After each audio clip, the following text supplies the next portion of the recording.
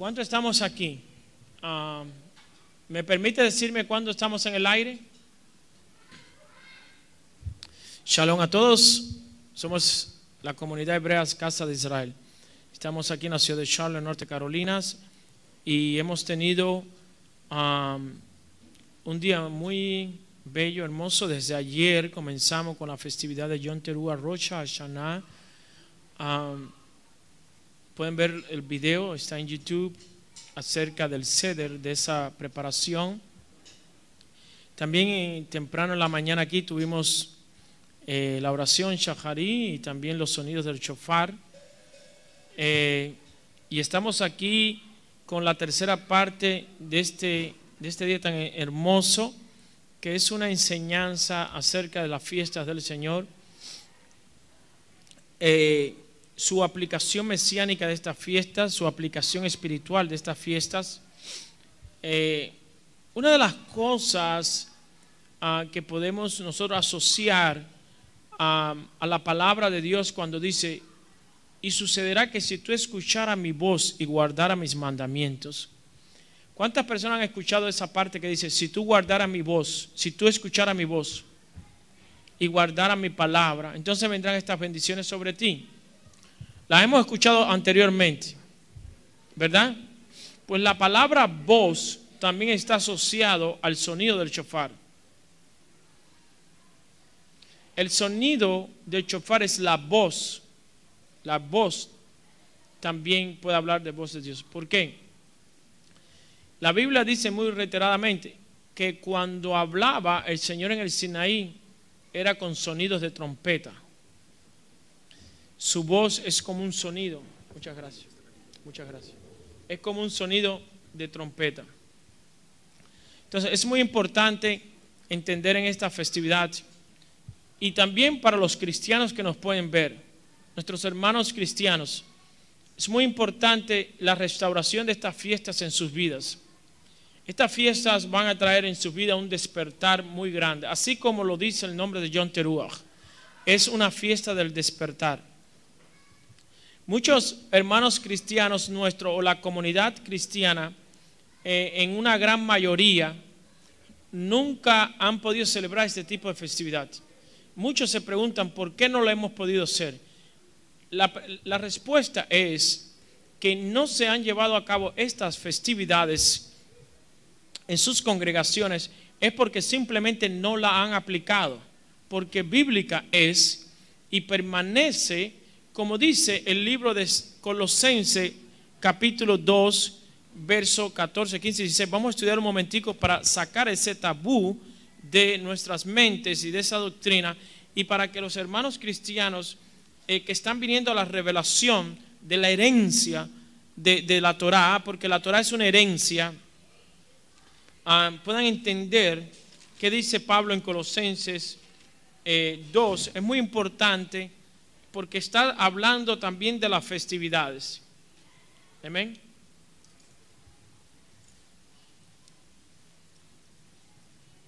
Vamos a empezar a leer el verso 14, por favor. Allí dice, estamos listos los hermanos allí en online y todos los que están aquí. Dice: anulando el acta de los decretos que había contra nosotros, que nos era contraria, quitándolo de en medio y clavándolo en la cruz. Y despojando a los principados y a los potestades, los exhibió públicamente, triunfando sobre ellos en la cruz. Por tanto, nadie os juzgue en comida o en bebida, o en cuanto a días de fiesta, luna nueva o días de reposo. Todo lo cual es una sombra de lo que ha de venir, pero el cuerpo es de Mashiach. Ok, hay muchas enseñanzas aquí en este punto. Uno, hay muchas personas que dicen: nosotros no debemos guardar la Torá, nosotros no debemos guardar la ley de Dios, puesto que, por ejemplo, aquí en Colosenses 2, verso 14, se muestra un verso donde parece que algún teólogo de los años 1800, no de esta época, parece que malinterpretó este texto Y obviamente aquí esta persona cree que es la Torá la que está siendo clavada en el madero. Pero un rabino, como es el Rav Shaul de Tarso, el apóstol Pablo, está bien lejos de que esto fuera de él. La razón es porque primeramente un rabino, la fe de un rabino y la vida de un rabino está en la Torá. Un rabino es tan preparado en la Torá que llega a preferir perder la vida antes de renunciar a la Torá. Y ejemplos de eso encontramos en Hechos 24:14, por ejemplo, que él dice que él siempre anduvo en la ley de Dios, muy celoso en ella. Él hizo votos y sacrificios en el templo con 4 más en Hechos 21. Y podemos dar una serie de muchos versos. Hay algo poderoso que se está desatando en la tierra. Hay algo poderoso que Dios está desatando en la tierra. Damas y caballeros, hermanos y hermanas, Dios está removiendo la venda de los ojos de las personas y está acelerando el conocimiento de su palabra en la tierra.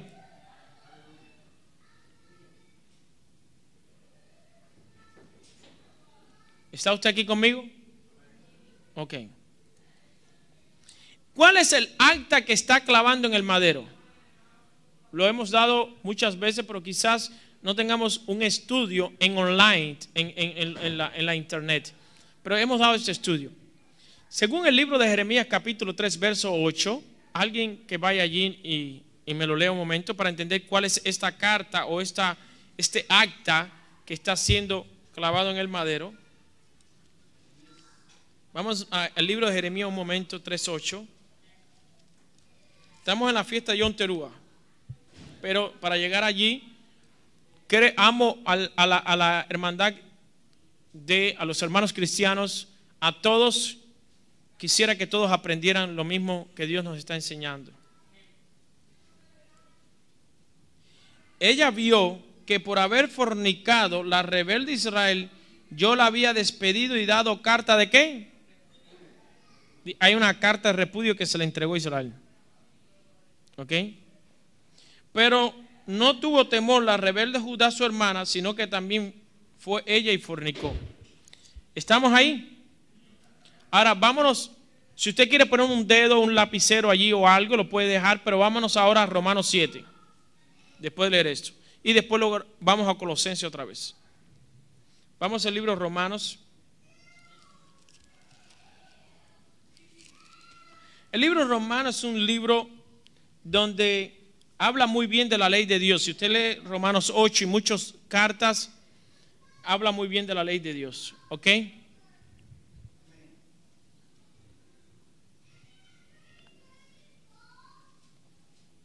Dice, presten atención a lo que dice esta escritura. Por favor, muy bien. ¿Ok? ¿Acaso ignoráis, hermanos, pues hablo con los que conocen la ley? Repítelo usted, por favor, lo que acabo de leer. ¿Con quién está hablando Pablo? Es decir, si usted no conoce la ley, no podrá Pablo hablar con usted. Por lo menos con respecto a lo que él va a hablar aquí ahora. Sí, para tú entender lo que el apóstol Pablo va a continuar hablando en la carta de los romanos, la carta a los romanos, usted tendrá que entender la ley, porque si usted no entiende la ley, no podrá entender lo que Pablo está hablando aquí. Él lo dice allí, léalo usted mismo. Vuélvalo a repetir, vuélvalo a leerlos. ¿Con quién está hablando Pablo? Entonces, si no conocemos la ley, ¿cómo vamos a conocer nosotros lo que Pablo nos va a revelar? Es necesario estudiar la Torá. ¿Usted está aquí conmigo?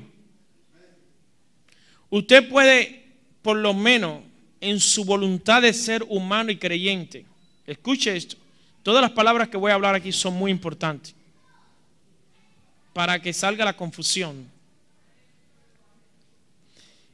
Los apóstoles, ninguno tenía el Nuevo Testamento en el tiempo del primer siglo en sus manos. La recopilación del Nuevo Testamento. Se habían escrito cartas, pero no tenían la recopilación. Pablo está aquí evangelizando por las naciones, está en Roma. La carta de Roma no está hecha. La carta del apóstol Pablo a Roma se escribe muchos años después, o la carta a los Corintios. Él no puede ir a Roma a predicar, ni la carta a los Corintios tan siquiera está hecha. Eso se recopiló después, años más tarde, lo ponen en un libro y nos lo dan a nosotros. Pero ellos están predicando con la Torá, con los libros proféticos. Ahora bien, ¿por qué Yeshua entonces llevó al madero? Una carta que dice Jeremías 3:8 que fue ¿qué? Dada por ser ¿qué? Por fornicar. Se le despidió. Ahora Dios tiene un compromiso con Israel. Le dijo a través del profeta Isaías, también le dijo, pero aunque tú hayas hecho todas estas cosas, yo te recogeré. Pero ¿cómo ahora Hashem puede recoger a alguien que cometió fornicación cuando la propia ley no lo permite? Mira lo que hace Hashem. Entonces Pablo habla con lo que saben la ley, dice que la ley se enseñorea del hombre entre tanto que éste vive. ¿Ok? Porque la mujer casada está sujeta por la ley ¿a quién? Mientras éste vive. Mientras el esposo está vivo, la mujer está sujeta al esposo. Pero si el marido muere, ella queda libre de la ley del marido. ¿Ok? Entonces, si el marido muere, ¿qué pasa? La esposa queda libre de la ley del marido. ¿Cuál es la ley del matrimonio? ¿Cuál? Tenemos que conocer la ley. ¿Usted está aquí conmigo? Por ejemplo, mira lo que dice el verso 3. Así que si en vida del marido se uniere a otro varón, escuche esto, si la mujer que está casada con el esposo se une a otro varón, esta será llamada ¿qué?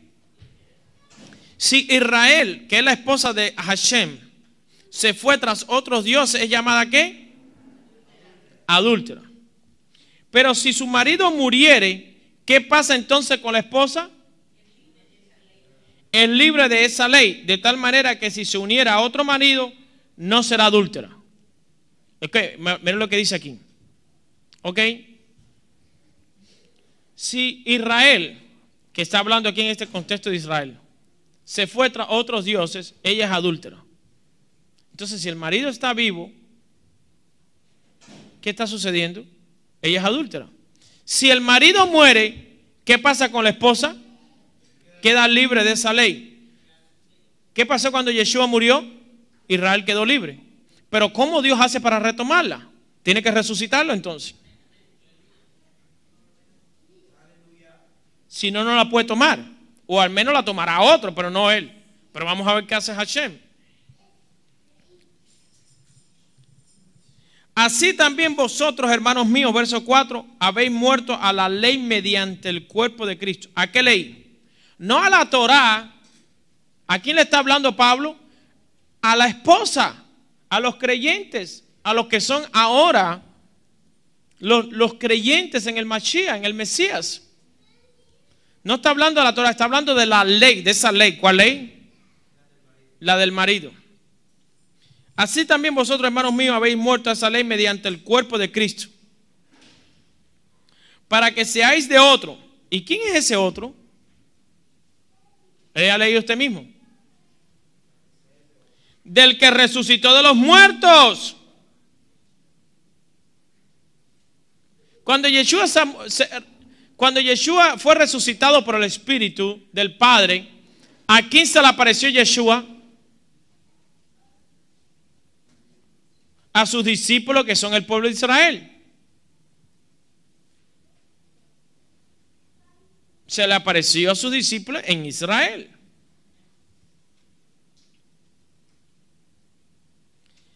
Para que seáis de otro, del que resucitó de los muertos, a fin de que llevemos fruto para Dios. ¿Estamos ahí? ¿Te das cuenta que lo que sucedió? ¿Se da cuenta lo que sucedió? Que cuando Yeshua muere, Israel queda libre del adulterio que cometió anteriormente.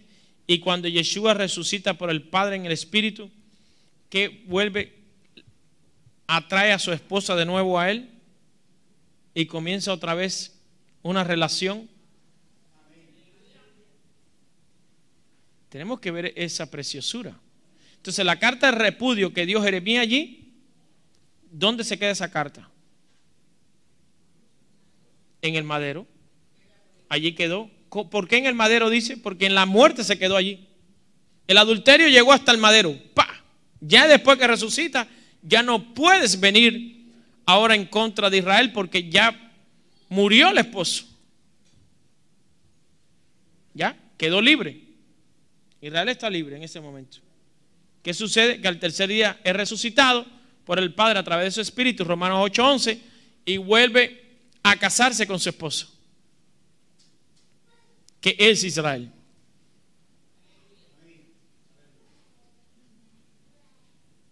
Esto hace que desaparezca de los ámbitos del perimetraje teológico de que la iglesia nace en Hechos 2. Porque tienes que entender Romanos 7, lo que está haciendo Yeshua. Y lo está explicando Pablo. Ahí lo está diciendo bien claramente. Así que vamos a Colosenses 2:14 entonces, otra vez regresamos allí. ¿Cuánto alaban al Todopoderoso? Mira qué bueno es Hashem. El mundo está trabajando y nosotros estamos aquí estudiando Torah. No porque no queremos trabajar, es porque Hashem nos dio la bendición, el permiso. ¿Se recuerdan cuando Moisés se presentó delante del faraón y le dijo: déjanos, así dice el Señor, ir a celebrarle fiestas a Hashem en el desierto? Uno de los principios de que tú eres libre es cuando tú le celebras fiestas a Hashem. Y esto es una fiesta de Él. ¿Quién es más grande que Dios? Nadie. Pregunta ahora usted individual.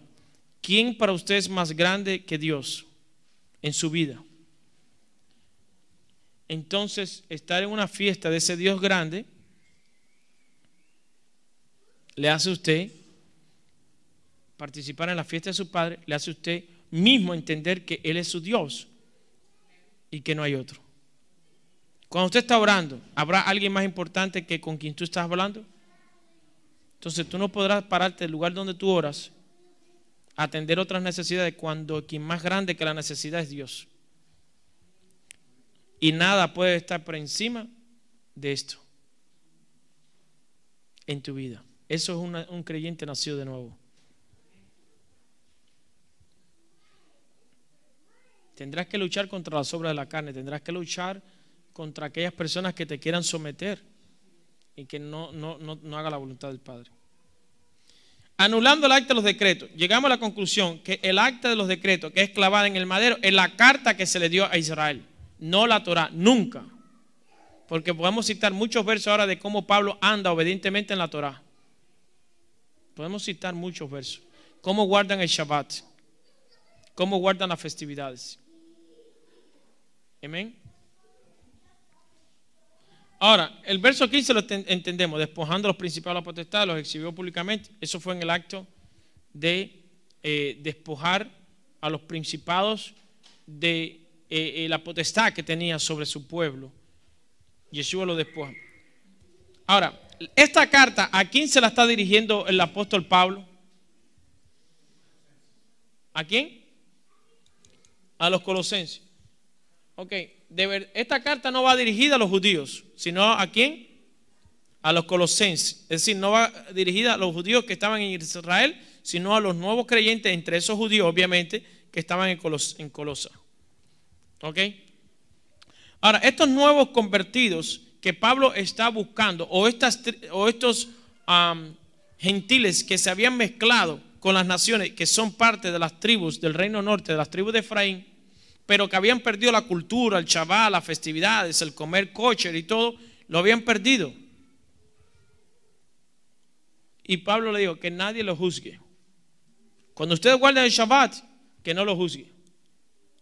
Así como Roberto, que quiere venir el Shabbat, y que le dicen sus amigos creyentes: ya tú no tienes que guardar el Shabbat. Y Roberto le dice: yo sí quiero guardar el Shabbat, está escrito. No, eso es para esto tú no tienes que hacer eso. Y empiezan de una manera a juzgarlo. No quieren que venga el Shabbat. Segundo punto, no quiere que vengan a las fiestas. Ni tu jefe, ni tu compañero, ni nadie. ¿Por qué? Porque cuando una persona ve que tú empiezas a ser obediente a Dios, tus propios hermanos empiezan a pararte. Es como que en una casa vivan 5 personas y una persona es obediente a los padres. Pone sus zapatos en el lugar correcto, tiende la cama. La mamá y el papá le dicen friega y friega. ¿Cómo se ponen los demás hermanos que no hacen las cosas? O siempre se cree el más ordenado, el que limpia, el que el papá lo que dice lo hace. Y en tus propios hermanos de carne y sangre se empiezan a levantar contra ti. Pregúntale a Joseph, el hijo de Jacob. Sus propios hermanos se levantaron porque Joseph hacía lo que Jacob quería. Y siempre Joseph estaba haciendo todo para Jacob. Y los hermanos, y Dios le daba sueño. Fíjense, Dios le daba sueño a Joseph. ¿Y cómo le decían los propios hermanos? Ahí viene el soñador. Ahí viene el soñador. Entonces, porque no tenemos sueños nosotros, los propios hermanos se levantan un celo. O él tiene y nosotros no. Hay hermanos que tienen celo porque otros hermanos, Dios le ha dado congregaciones grandes. Tienen una congregación de 5,000 personas y tienen celo. ¿Qué empiezan a decir? Sí, tienen 5,000, pero ahí no se mueve el poder de Dios. Sí, tiene 20,000, pero ahí no se predica. Es celo. Que lo inviten para que usted vea cómo se le quita el celo. Tenemos celo entre los hermanos. Mira, él predica y yo no predico. ¿Usted está aquí conmigo? Cuando usted comienza a servirle a Dios dentro de cualquier congregación, siempre tus propios hermanos se van a levantar. Mira, ese evangeliza y yo no. Pero porque está haciendo algo bien le entra celo. Porque tú estás haciendo la voluntad del Padre, pero ellos no la están haciendo. Si tú le dices a una persona que tú oras 5 horas al día, le va a entrar celo. Yo no puedo orar ni 5 minutos y este ora 5 horas. Y trabaja también igual que yo. ¿Cómo lo hace? Se esfuerza, se levanta temprano. Y encima te caen arriba rápido. No, yo no quiero andar con ese porque ese ora 5 horas. Y yo no oro casi. Ese evangeliza mucho. Y yo no evangelizo. Ese siempre está al lado del pastor ayudándolo. Pero yo no. Entonces, entra un celo en la vida de los seres humanos, de los hermanos, propios hermanos. Entonces cuando tú empiezas a guardar Shabbat pasa eso. Empieza un ataque de ira en contra de los propios hermanos. Ellos guardan el Shabbat. Eso nos están juzgando porque guardamos el Shabbat. Una vez daba una actividad dentro del cristianismo. Dentro del cristianismo yo no comía puerco. Primera porque les voy a decir lo que me pasó. Un testimonio que está aquí. Yo no sé ustedes, pero yo en Cuba sufría de unos cólicos muy tremendos a tal punto que yo me sentía morir. Y no solamente sentía morir, yo le decía a Hashem, mire, yo no quiero vivir más así. Ya, si me quiere quitar la vida, quítamela. Ya, eran tan fuertes, me ponían unas abafortán, se llamaba, nunca se me olvida eso cuando me lo ponía en la vena me tumbaba. Pero me tumbaba, dormía y seguía el cólico. Resolvía un poco. Andaba endrogado ahí porque me ponían algo muy fuerte. Pero yo no sabía qué era lo que me estaba afectando. No había nadie que me dijera que era el cerdo. Y cuando yo comía cerdo sin saberlo, me entraban los cólicos, pero otra vez no sabía qué era. Los médicos me querían operar, pero me decían, no sabemos ni de qué te vamos a operar, porque no encontramos qué está pasando. Y así. Me voy para Israel a vivir y me doy cuenta que allá no tengo ese problema.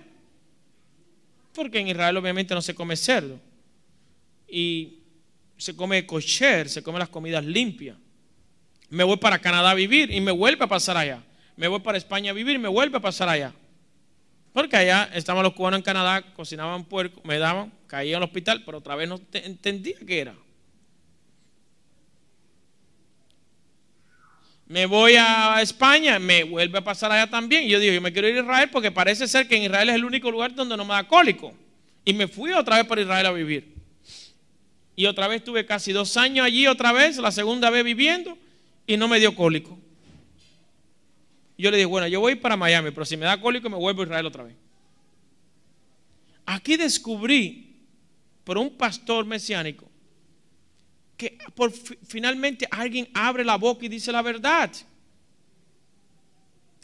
Cuando escucho por primera vez, el cerdo es un animal inmundo y afecta, yo dije, oh, yo creo que entonces el problema mío es esto. Cuando lo dejé de comer, efectivamente, más nunca me pasó. Si no hubieran abierto la boca, hubiera seguido lo mismo. Pero gloria a Dios que a un varón que tiene temor de Dios abrió la boca y lo dijo. Y ahí me di cuenta. Entonces hay personas que sufren de diarrea, sufren de esto porque el cerdo enferma al ser humano. Y no se trata para crecimiento o no para crecimiento. Es una realidad. Y es que si el médico nos quita a nosotros la dieta o nos pone una dieta ajena, nosotros la respetamos porque el médico. Pero fíjense lo que usted va a decir. Escúchenme, mis hermanos, presten atención, muy importante aquí lo que le voy a decir. Si usted llega a la congregación donde usted se congrega y usted dice, el médico me quitó el puerco, el camarón y la langosta, nadie le dice nada. Pero si usted llega a una congregación y usted dice, yo no voy a comer puerco, ni camarón, ni langosta, ni conejo, porque Dios dice que no lo haga, te dicen, ¿y este quién se cree que? Ya no estamos bajo la ley, ya tú puedes comer todo lo que tú quieras, eso tú no tienes que hacerlo, eso no, aquí no vengas a hablar de eso. Es más, hay una persona ahí, pastor, que está hablando que no se puede comer más puerco. Mire, ve a ver cómo lo saca de aquí. Porque está bajo un manto que dice que sí se puede comer. Y Pedro dice 2 veces que ese manto tiene que ver con los gentiles, pero la gente sigue diciendo que no, que es con todas las comidas.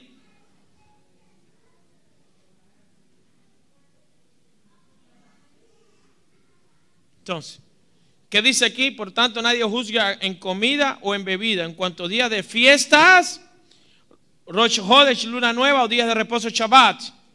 Dice, todo esto es sombra. Todo esto es sombra de lo que ha de venir. Una vez recibí un email de un pastor que no lo conozco, le envié email a todo el mundo, porque hoy en día todo el mundo te envía email, no sé ni dónde los sacan, pero la gente los envía. Pastores, escuelas bíblicas, no sé. Y aquel pastor decía, hace años, decía, hermano, ya no estamos bajo la ley, ya no estamos bajo esto, porque todo fue sombra de lo que pasó. Y yo escribí un email para atrás y le digo, discúlpeme, pero chequee otra vez su Biblia. La Biblia mía no dice de lo que pasó, sino de lo que ha de venir. Mira hasta qué punto la gente manipula la escritura para hacerte creer que es verdad lo que están diciendo.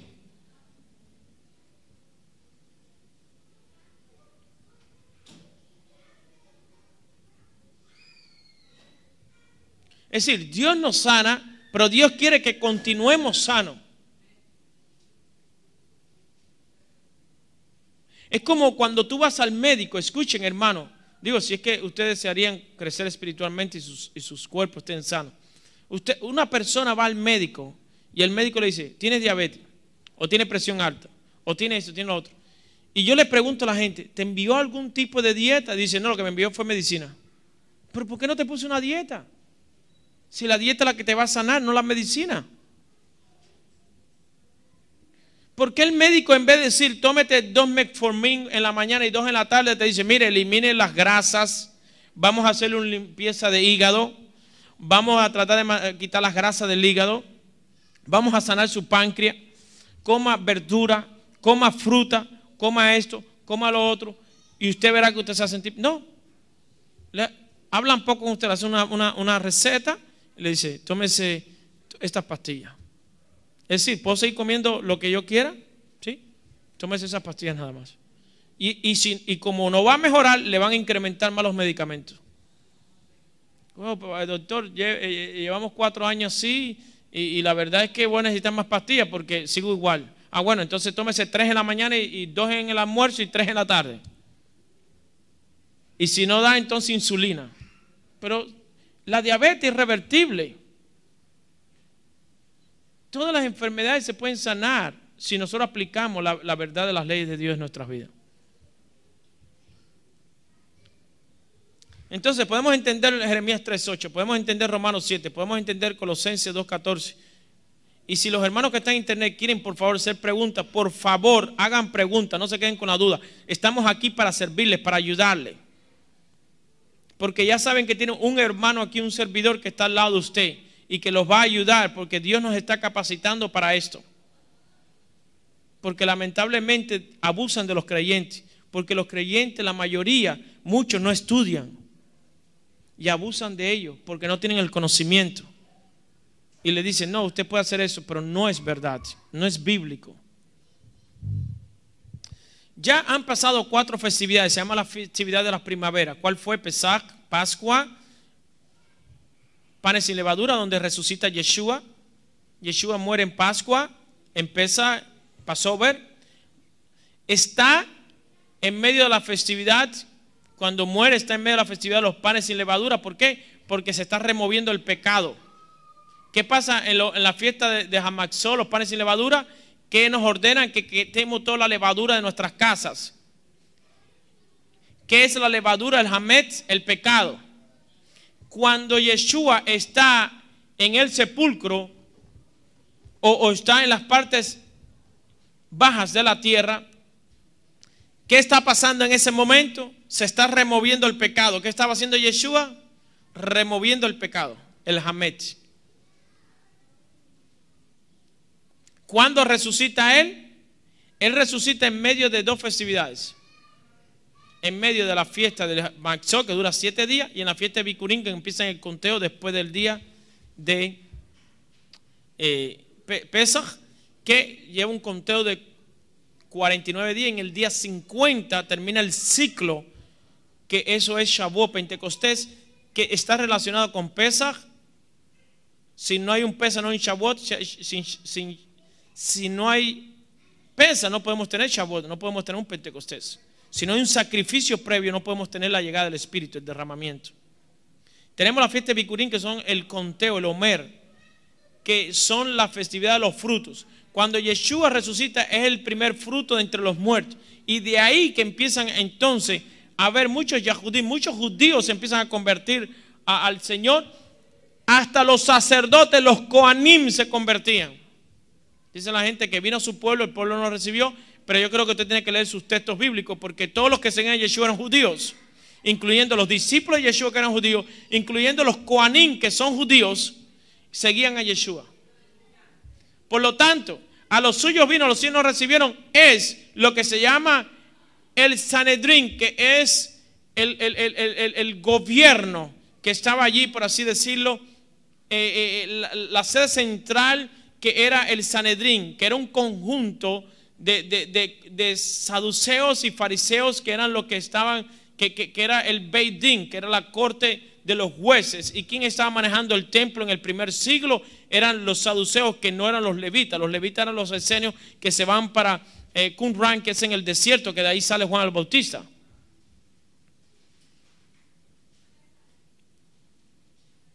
¿Usted está aquí conmigo? ¿Seguro? ¿Va entendiendo esto? Porque una vez que tú entiendes la cultura del cielo, una vez que tú entiendes las fiestas de papá, miren esta pregunta. ¿Estas fiestas de quiénes son? Primera pregunta, de los gentiles. Segunda pregunta, de los judíos.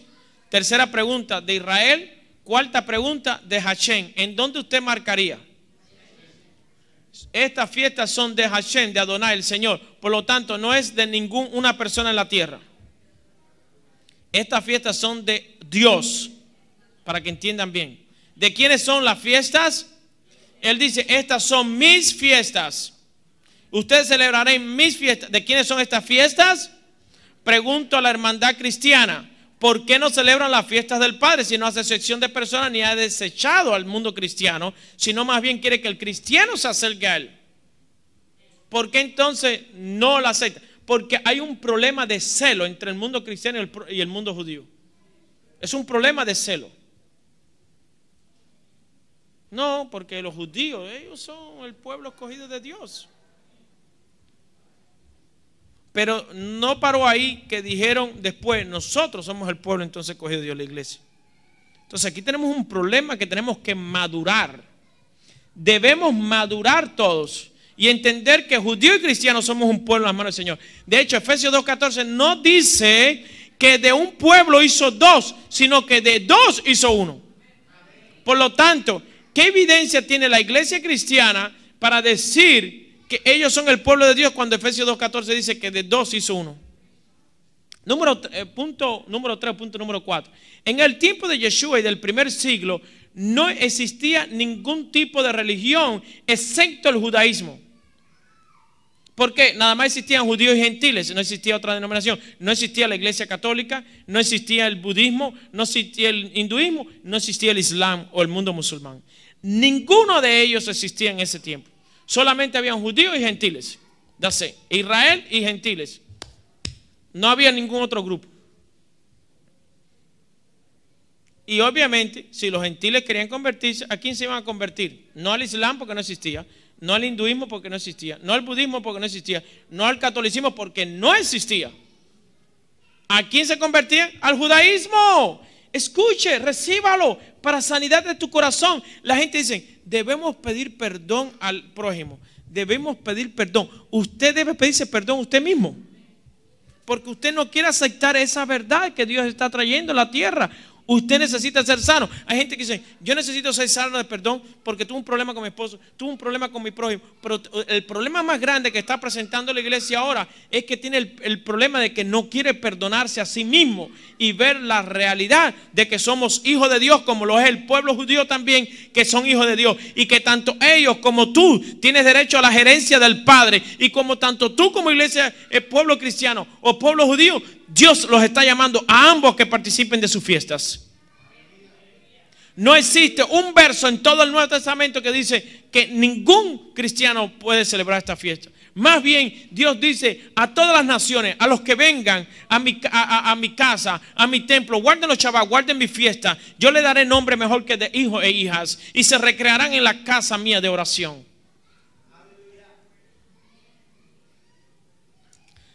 Otro punto, no podrás creer que Yeshua quiso que se derrumbara el templo o que el templo fuera destruido. Algunas personas dicen, el templo fue destruido. Tengo por la misericordia de Dios una enseñanza de las 16 doctrinas falsas dentro del cristianismo.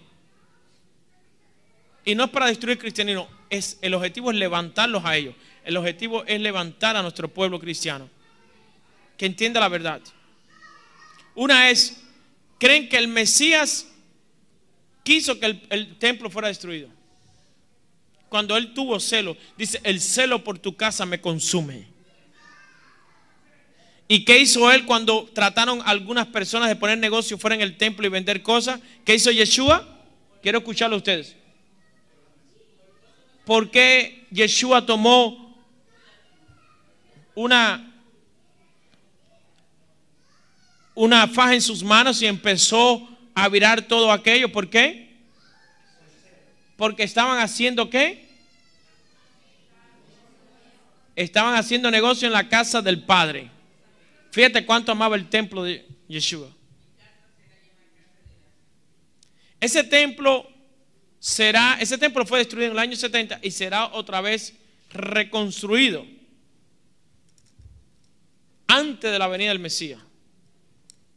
Y ya en Israel están haciendo los Kohanim, los que hicieron exámenes por la sangre y que son Kohanim, ya están haciendo algunos adelantos de ejercicios de cómo encender los inciensos y preparándose.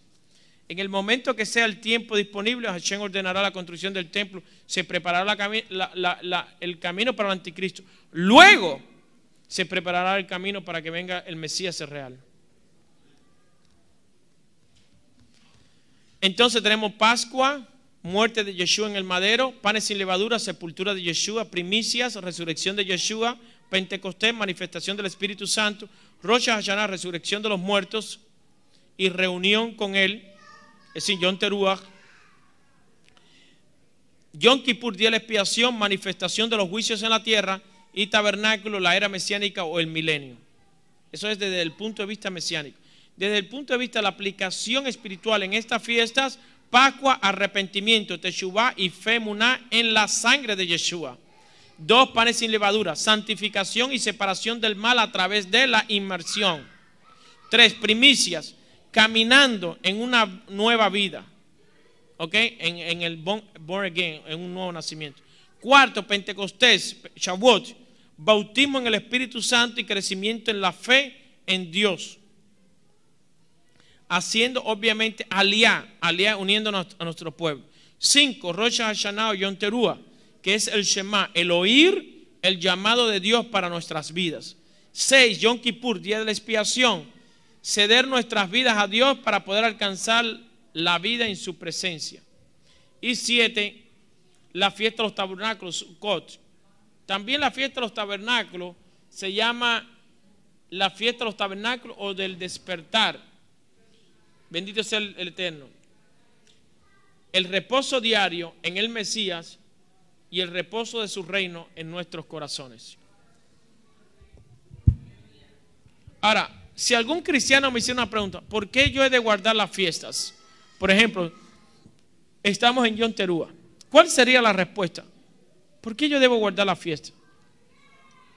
Antes de responder esa pregunta, me hubiera gustado preguntarle, ¿por qué entonces debemos guardar las fiestas paganas según la iglesia católica, apostólica y romana?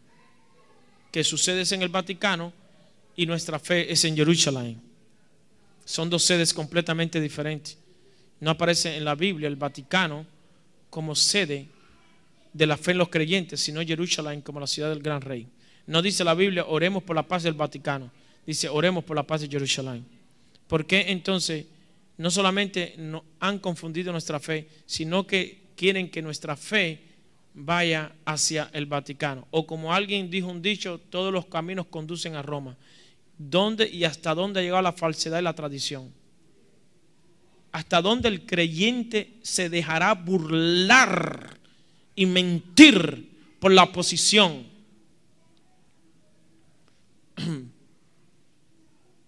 ¿Por qué he de guardar estas fiestas? Pregunto.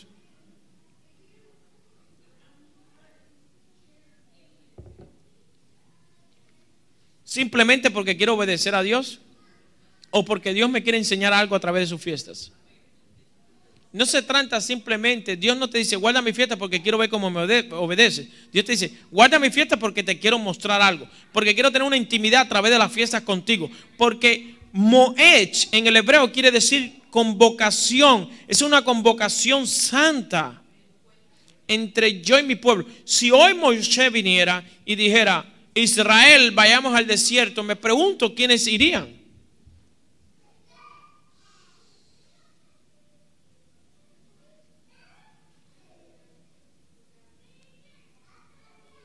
La venida del Mesías está conectado con alguien que me busque Mateo 24:31, por favor. De hecho, le voy a decir algo. Cuando usted aprende Yom Teruah, descarta la evidencia de la teoría del rapto. Fíjense. ¿Por qué? Porque hemos reemplazado las fiestas del Señor por alegorías, por filosofía, por tradiciones. Y no estoy diciendo que en el pueblo nuestro judío seamos perfectos. Hay cosas que hay que cambiar dentro de nuestro pueblo judío. Hay cosas que hay que reformar también, que estamos haciendo mal. Pero se han mantenido también ellos allí. Y gracias a ellos también podemos tener estas riquezas que Dios nos da. ¿Cómo dice ahí Mateo 24:31? Dice, y enviará sus ángeles con gran voz de trompeta, y cruzará sus escogidos de los cuatro vientos, desde un extremo del cielo hasta el otro. Wow. Alguien que me lea Isaías 27:3, que está hablando de Yom Teruah también. Isaías 27:3.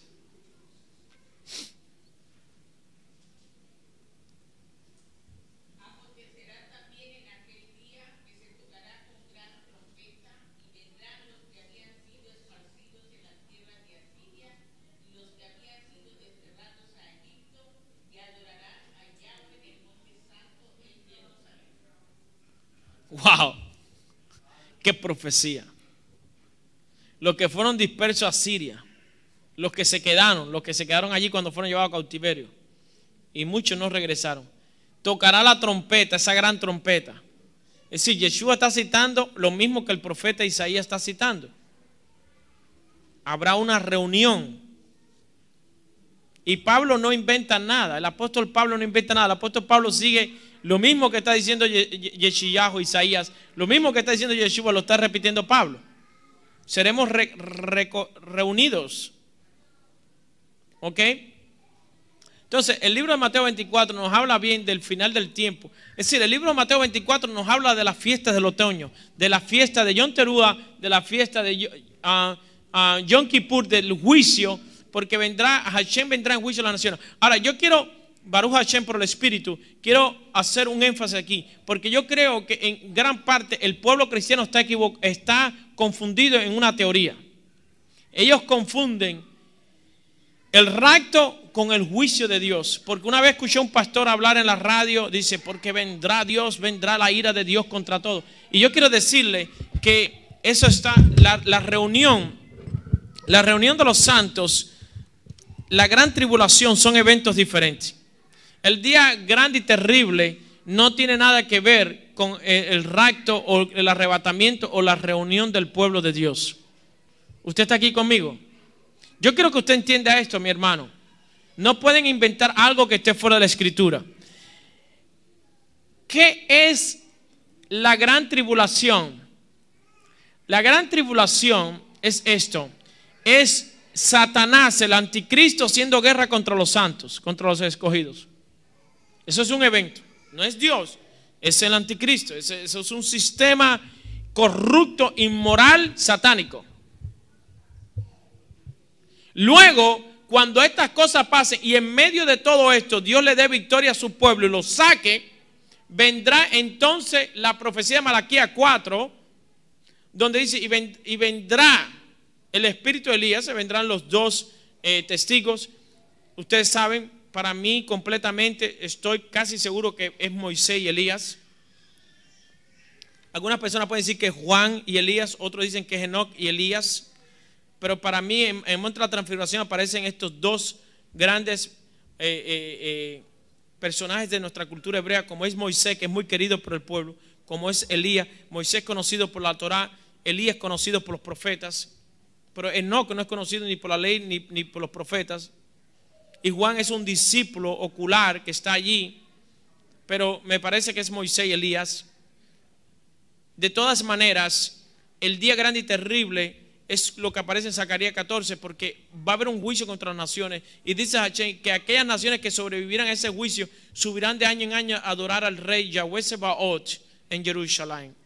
Eso quiere decir que las naciones que han quedado ¿de qué? De ese juicio. Se levantarán naciones, se levantará la ONU, la Unión Europea, Rusia, Estados Unidos. Los 4 cuernos tienen que estudiarlos.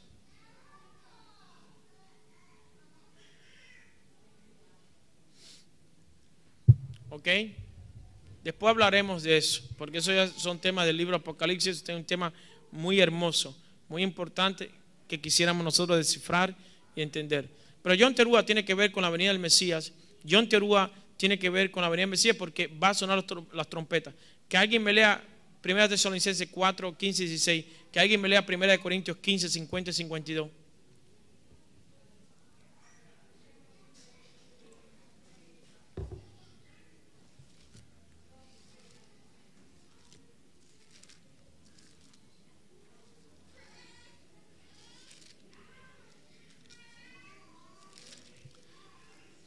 También quiero que alguien me lea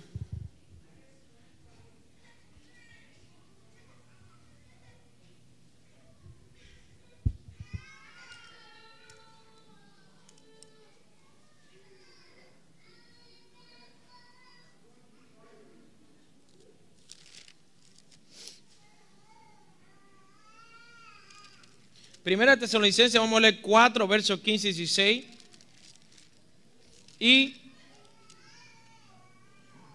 Segunda de Tesalonicenses, capítulo 2, verso 1 hasta el verso 8.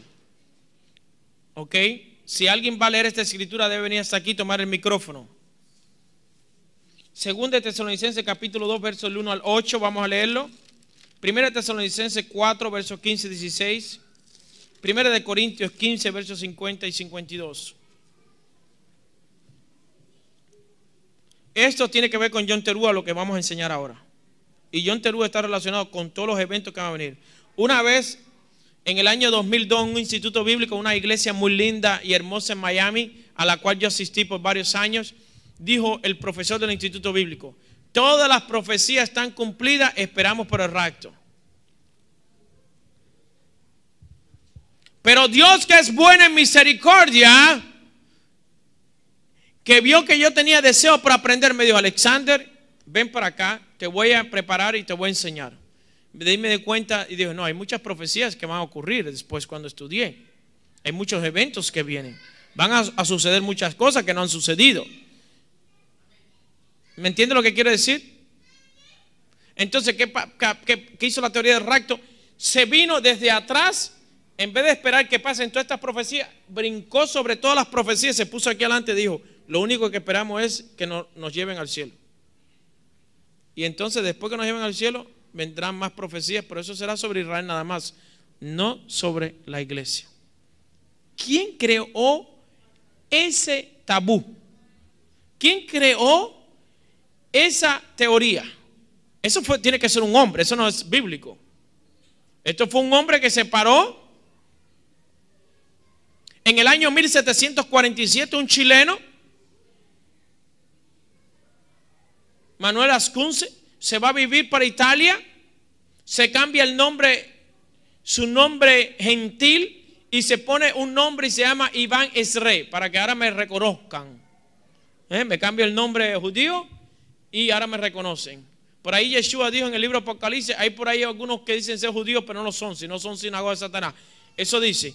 Yo no sé cuál es, pero este hombre saca un libro que se llama La venida del Mesías en gloria y majestad, y explica acerca del arrebatamiento de los santos antes, que se llaman los pretribulacionistas, que son los que creen antes la tribulación. Es decir, creemos en la reunión, pero el punto es en qué punto seremos arrebatados: antes, en el medio o al final. Entonces tenemos un grupo de creyentes que creen, un 70% de los creyentes creen que es antes, probablemente un 25% en el medio, después de 3 años y medio, y un muy poco grupo de creyentes cristianos cree que será después. Anyway, esto sucedió conforme a la profecía de Daniel. Sucedió todo lo que dijo Daniel y dijo Yeshua, sucedió. Si todo sucedió, ¿qué quiere decir entonces? Lo que quiere decir que la historia se repite, se va a repetir, pero esto sucedió. Quiere decir que la profecía es evidente. Daniel 9, 26, 27, que dijo: se le quitará la vida al Mesías y que el templo sería destruido. Y eso sucedió, se le quitó la vida al Mesías. Dice, a las cuántas semanas, las 72 semanas, Daniel dijo: se le va a quitar la vida al Mesías, el templo será destruido, los judíos serán esparcidos, serán muertos. Esto sucedió. Yeshua dijo: cuando ustedes vean estas cosas suceder, corran. Y la gente corrieron, murieron muchos judíos en el año 69-70. El templo fue destruido, murieron, mataron 1.100.000 judíos de hambre. ¿Dónde está los imperios griegos? ¿Dónde están los sirios?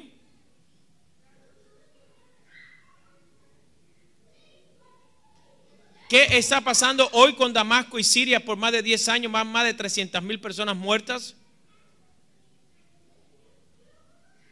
Porque hay una profecía que dice: cuando tú veas Damasco en ruina, prepárense. Y Damasco, que es Siria, está en ruina ahora mismo.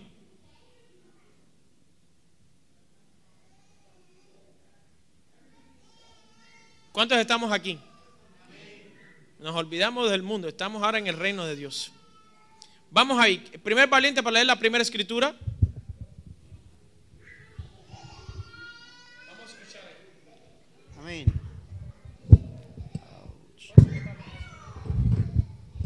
Después subir ahí también.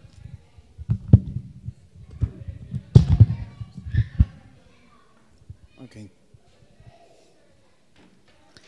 Vamos a leer a Primera de Corintios 15, 51 y 52. Dice: he aquí os digo un misterio. No todos dormiremos, pero todos seremos transformados. En un momento, en un abrir y cerrar de ojos, a la final, trompeta, porque se tocará la trompeta y los muertos serán resucitados incorruptibles y nosotros seremos transformados. El libro de Apocalipsis dice que hay 7 trompetas nada más. De tocarse aquí la trompeta y de irse en un rapto, entonces ¿qué pasan con las demás trompetas? Si la venida del Mesías vendrá con el anuncio de las trompetas y ya las 7 trompetas tocaron porque es la final trompeta, entonces ¿dónde están las demás trompetas para anunciar la venida del Mesías sobre la tierra? Y no podemos buscar más trompetas porque ya sonaron todas. También si ya se llevó a cabo la resurrección, entonces ¿qué esperanza de resurrección hay para los que creen en medio de la tribulación de que van a ser transformados y resucitados si ya pasó la resurrección y no hay de resurrección, hay una nada más? Arregle su Biblia, arregle su doctrina ahí, por favor. Arréglesela, lo autorizamos que la arregles.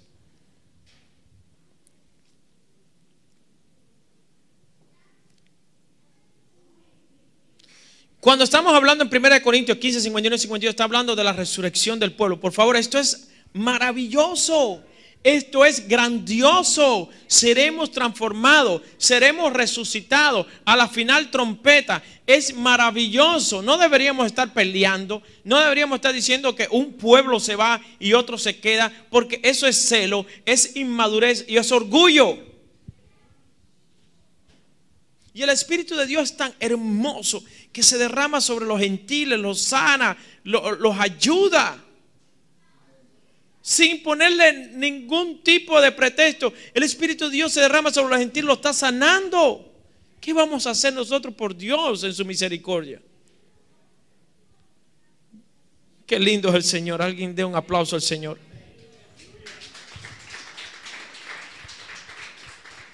Hay otra profecía por ahí que vamos a leer otra vez, así que esta profecía está por venir. Vamos a leer 1 Tesalonicenses 4, versos 16 y 17.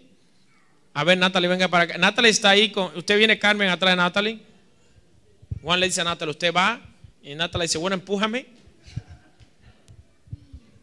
Okay. Porque el Señor mismo con voz de mando, con voz de arcángel y con trompeta de Dios descenderá del cielo y los muertos en Cristo resucitarán primero. Luego nosotros los que vivimos, los que hayamos quedado, seremos arrebatados juntamente con ellos en las nubes para recibir al Señor en el aire, y así estaremos siempre con el Señor. Gracias. Entonces le escribe a los Corintios una carta y ahora le escribe a los tesalonicenses, que es otro lugar, y le escribe una carta muy parecida a la que escribió a los Corintios. Dice que el Señor con voz de arcángel, con trompeta de Dios, descenderá del cielo, que nosotros seremos ¿qué? Resucitados, seremos transformados, subiremos a las nubes. ¿A qué nubes? No dice cielo, dice nubes, y estaremos con Él para siempre. Aquí no dice en ningún lado que vas para el cielo. Aquí dice que en las nubes nos encontraremos con Él en las nubes. La pregunta es, ¿y para dónde iremos entonces? Iremos para Jerusalén porque comenzará el reino mesiánico. Ya Él está aquí ya. Yeshua viene en una nube. Amén. Y esa nube no es nada del otro mundo. Esa nube aparecía siempre en el tabernáculo, en el desierto. Cuando el Señor se aparecía una nube, ¿se recuerdan? Siempre una nube, columna de fuego. Y nosotros lo vamos a ver en las nubes. Y seremos alzados a esas nubes. Amén. ¿Estamos ahí? Entonces, otra vez, resurrección. Nos está esperando una resurrección. Tenemos una resurrección espiritual cuando tenemos un encuentro con Yeshua, con Dios. Nuestras almas vienen a la resurrección, cogen fuerza. Como una persona que lo está ahogando y cuando tú recibes a Yeshua, coge oxígeno. Ahí se efectúa una resurrección espiritual. Pero la resurrección que está hablando aquí es la resurrección como el pueblo de Dios, que será resucitado para una vida eterna. Tenemos una sola resurrección, no hay dos. No existe otra en el libro, en ningún otro libro. Existen 7 trompetas, no existen 8. Van a sonar 7 nada más. ¿Usted está aquí conmigo? Ahora, vamos a ver qué dice El libro de Segunda de Tesalonicense. ¿Quién tiene esa parte? Venga para acá, please. Vamos a leer. ¿Perdón? Sí, Segunda de Tesalonicense, el capítulo 2, verso 1 al 8.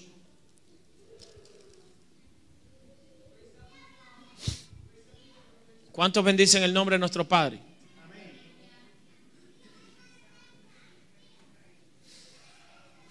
Bendito sea Adonai, que Dios traiga claridad en la mente de mis hermanos. Segunda de Tesalonicenses 2. Pero con respecto a la venida de nuestro Adón Yeshua y nuestra reunión con él, os ruego, hermanos, que no os dejéis mover fácilmente de vuestro modo de pensar, ni os conturbéis, ni por espíritu, ni por palabra, ni por carta como si fuera nuestra, en el sentido de que el día del Señor está cerca. Nadie os engañe en ninguna manera, porque no vendrá sin que antes venga la apostasía. Permiso un momentico, discúlpeme. Usted va a trabajar conmigo ahora, hermana. Amén. El verso 2 dice que no se dejen engañar ni por espíritu, ni por palabra, ni por carta, como si fuera nuestra. Usted está viendo que el rapto lo escribió otra persona y no fue Pablo. Y Pablo sabía en el espíritu que esto iba a suceder. ¿Cómo? ¿Por qué Pablo está escribiendo esto? ¿Será que el Espíritu Santo se lo advirtió y él lo está diciendo? Mírenlo ahí. Amén, amén. Ahora, número 3 dice, nadie se engañe de ninguna manera porque no vendrá. ¿Quién no vendrá? Yeshua. El Mesías. Ahora dice, el Mesías no vendrá sin antes suceda algo. La apostasía, siga. Y se manifieste el hombre de pecado, el hijo de perdición. Es decir, se va a manifestar un hombre de pecado, el hijo de perdición. Siga adelante. El cual se opone y se levanta contra todo lo que se llama Dios o es objeto de culto, tanto que se siente en el templo de Dios como Dios, haciéndose pasar por Dios. ¿No os acordáis que cuando yo estaba todavía con vosotros os decía esto? Y ahora vosotros sabéis lo que lo detiene, a fin de que a su debido tiempo se manifieste. Porque ya está en acción el misterio de la iniquidad, solo que hay quien al presente lo detiene, hasta que él a su vez sea quitado de en medio.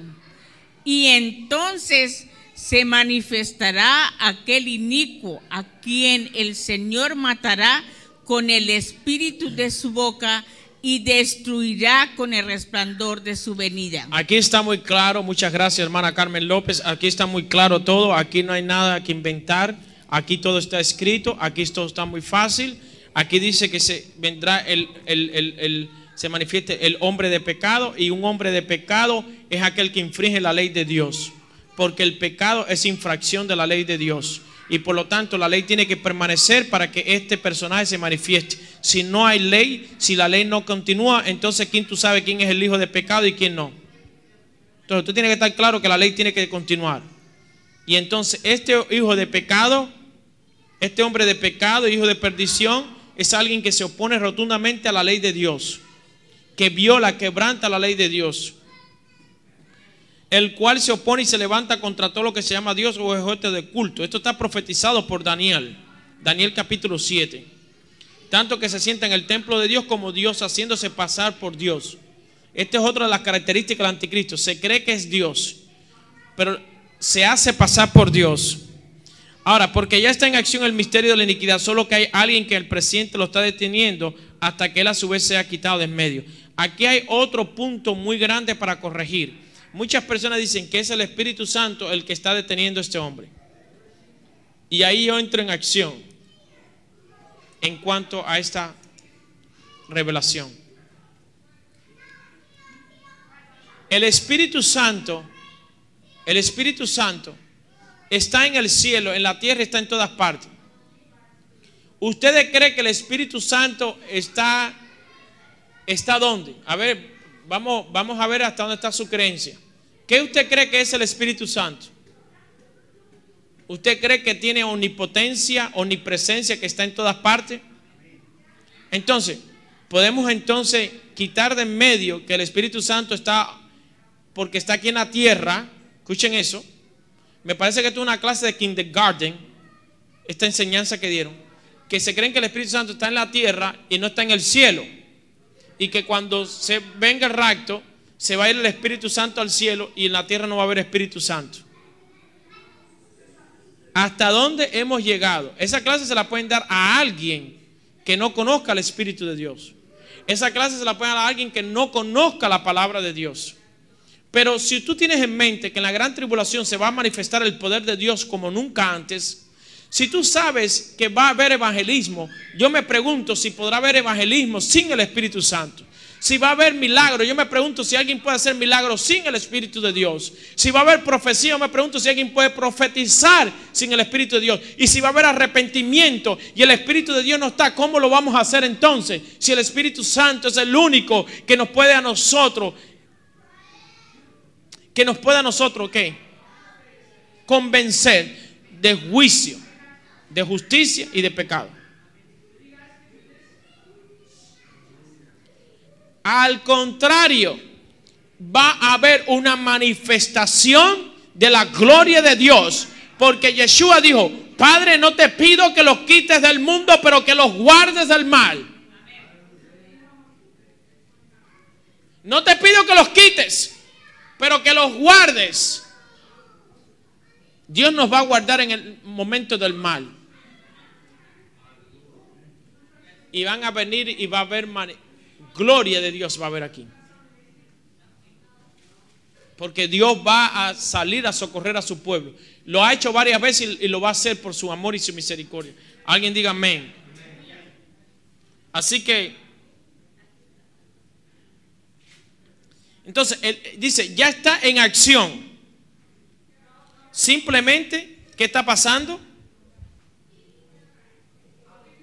Que al presente alguien lo detiene. Algunas personas dicen: hermanos, escuchen aquí. Número uno, yo estoy hablando con los maduros. ¿Usted me puede prestar atención los últimos minutos que me queda ya para dar esta clase? Si H nos permite, unos minutitos más. Uno, ¿qué está pasando con los cristianos en África y en Asia? ¿Qué escuchan las noticias? ¿Lo están qué? Decapitando. Si usted es una persona que enseña el rapto, imagínese usted que usted vaya a Afganistán, a Pakistán a enseñar el rapto allí. O algunas partes de África donde los decapitan, el Islam, a estos grupos radicales a los cristianos. Usted le va a decir a esas personas que han dado su vida y que han entregado su vida al Señor y que lo están buscando para decapitarlos y matarlos, que hayan matado cientos y miles. Usted le va a decir: hermanos, el rapto vendrá. ¿Pero cuándo vendrá? Porque ya están decapitando a todas las personas. Pero no solamente en estos países, aquí en los Estados Unidos ya han removido a todas las creencias y los principios cristianos han sido removidos. La Casa Blanca no está siendo ya dominada por el cristianismo, sino por el Islam. En las escuelas nos despojaron de nuestros hijos, le quitaron la herencia, la Biblia, la palabra de Dios, y la están tomando otras culturas para enseñarlas, que no son las bíblicas. Usted está aquí conmigo. Entonces usted no me venga a decir a mí. Usted se lo puede decir a su vecino si lo cree, pero no me puede venir a mí a decir, cuando está en las noticias todo lo que está sucediendo a nuestros ojos, que los tiempos finales serán como Sodoma y Gomorra, y tenemos hasta pastores que son homosexuales enseñando. Que eso no sucedió en Sodoma y Gomorra. En Sodoma y Gomorra sucedían casos tremendos, pero como estos. Pero Yeshua dice: serán como esos tiempos y aún peores. El cristianismo dentro de poco no podrá hablar más de estas cosas. No podrá hablar más de estas cosas, porque se le va a tener prohibido hablar de la ley de Dios. Y eso está sucediendo. ¿Me entienden lo que te quiero decir? Pero John Terúa nos llena del despertar. John Terúa nos está diciendo en el 2016, 5777 la creación: despierta, pueblo. Lo que vayas a hacer, hazlo ahora. A quien le vaya a evangelizar, hazlo ahora. Porque en cualquier momento las cosas pueden cambiar y ya no podrás más evangelizar, al menos como lo estás haciendo libremente ahora. Entonces lo que puedas hacer, hazlo ahora. John Terúa es un mensaje de una alarma. Se despierta la alarma, se despierta el pueblo de Dios para hacer la obra de Dios. Amén. Gracias a todos. No sé si habrá alguna pregunta en internet. No hay pregunta en internet. Preguntas aquí en el santuario con respecto a John Terúa, con respecto a la fiesta del Señor, con respecto a todo lo que hemos venido hablando. Sí va a haber un arrebatamiento, sí va a haber una unión, pero será en el momento decidido por Dios y en el momento perfecto de Dios. ¿Ok? Todos los santos están yendo al cielo ahora mismo hasta que venga el reino mesiánico que será establecido en la tierra. ¿Hay alguna pregunta por parte de los hermanos? ¿Preguntas por la internet?